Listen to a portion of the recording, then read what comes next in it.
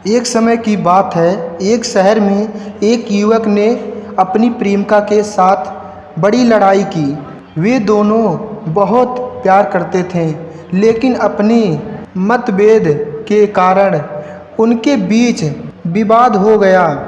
युवक बहुत उदास हुआ और उसका मन बहुत विचलित हो गया। अत्यंत उसने एक गलत निर्णय लिया और आत्महत्या करने का फैसला किया।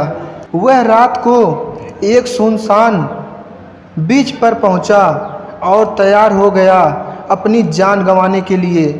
उसके मन में बहुत सारे औषधि विचार थे और वह लगातार अपनी खुशियों को देखने की अक्षमता महसूस कर रहा था। जब वह ब्रिज पर खड़ा था, तभी उसे ध्यान में आया कि उसके पास एक बूढ़ा आदमी खड़ा है जो उसे ध्यान से देख रहा है।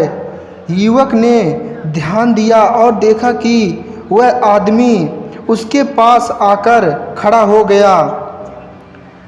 बूढ़ा आदमी ने प्यार और समझदारी से बातचीत शुरू की और कहा, मेरे बेटे, तुम इस ब्रिज पर क्यों खड़े हो? क्या कोई समय है? युवा ने अपने दुख और मन की बात बताई और अपनी आत्महत्या के बारे में बताया। बूढ़ा आदमी ने संवेदनशीलता से युवक की बात सुनी और फिर कहा, मेरे बेटे, आत्महत्या करना बहुत बड़ी गलती होगी। जीवन का महत्व आत्मपूर्ति हो जाता है और तुम औरों के जीवन पर अस्थाई खो देते हो।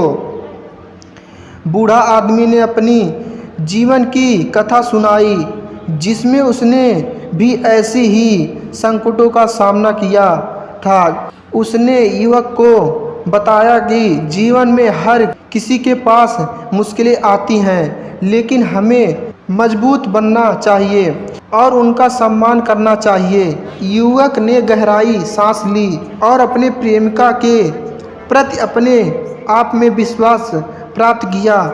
उसने आत्महत्या के मन स्थिति से बाहर निकलकर जीने का निर्णय लिया।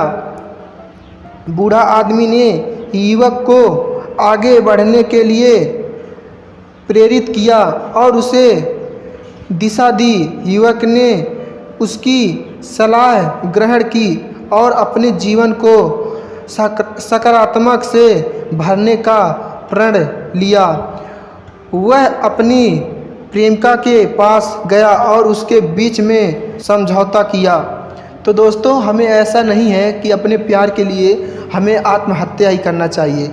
हमें आपस का मामला खुद ही सुलझा लेना चाहिए।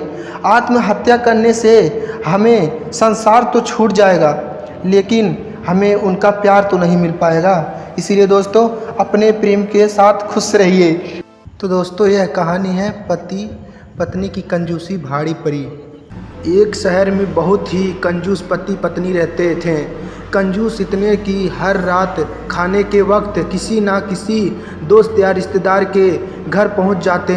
औपचारिकता दिखाते हुए पूछे जाने पर कि क्या वह दोनों भोजन करेंगे, तो झट से उनके साथ खाने पर बैठ जाते। अपनी छुट्टियां मनाने कभी एक तो कभी दूसरे के घर डेरा डाले थे और खूब मस्ती करते। अपनी खातिरदारी करवाना और रोज़ नए नए पकवान की परमिशन कराना तो अपना हक समझते थे, लेकिन अब कोई इनके घर आने की बात करता तो कोई ना कोई वजह बता उन्हें टाल देते। एक दिन उसकी बुआ और उसका परिवार बिना बताए उसके घर पहुंच गया। काफ़ी देर तक गप्पे मारने के बाद कंजूस पति पत्नी को लगा कि अब तो रात का खाना खिलाना ही पड़ेगा, मगर उसका कंजूस पति को एक उपाय सूझा। बुआ की तरफ देख पत्नी से बोला, आज बुआ बहुत दिनों बाद घर आई हैं, तुम जल्दी से और कुछ नहीं तो दाल चावल और साथ में मटर पनीर बना लो। यह मटर पनीर का नाम सुनते ही पत्नी परेशान, जब देखो मुंह उठा लेते आते हो। अब मटर पनीर पर खर्चा करो। मन ही मन बड़बड़ाती हुई पत्नी जी रसोई में जा घुसी। पीछे पीछे पति महादेव भी पहुंच गए और अपनी योजना सुनाने लगे। देखो, तुम सिर्फ दाल चावल बना लो, लेकिन इन्हें ऐसा लगना चाहिए जैसे हम इन्हें मटर पनीर खिलाना चाहते हैं। पत्नी की समझ में नहीं आया तो पूछा, यह कैसे होगा कि हम परोसे तो दाल चावल पर उन्हें लगे कि हम उन्हें मटर पनीर खिलाना चाहते हैं। तो पति ने अपनी योजना बताई। ऐसा करना कि रसोई में जाकर दाल चावल बना लो। जब तैयार हो जाए तो मुझे आवाज़ लगाना कि खाना तैयार है। आप टेबल पर प्लेट लगा लो।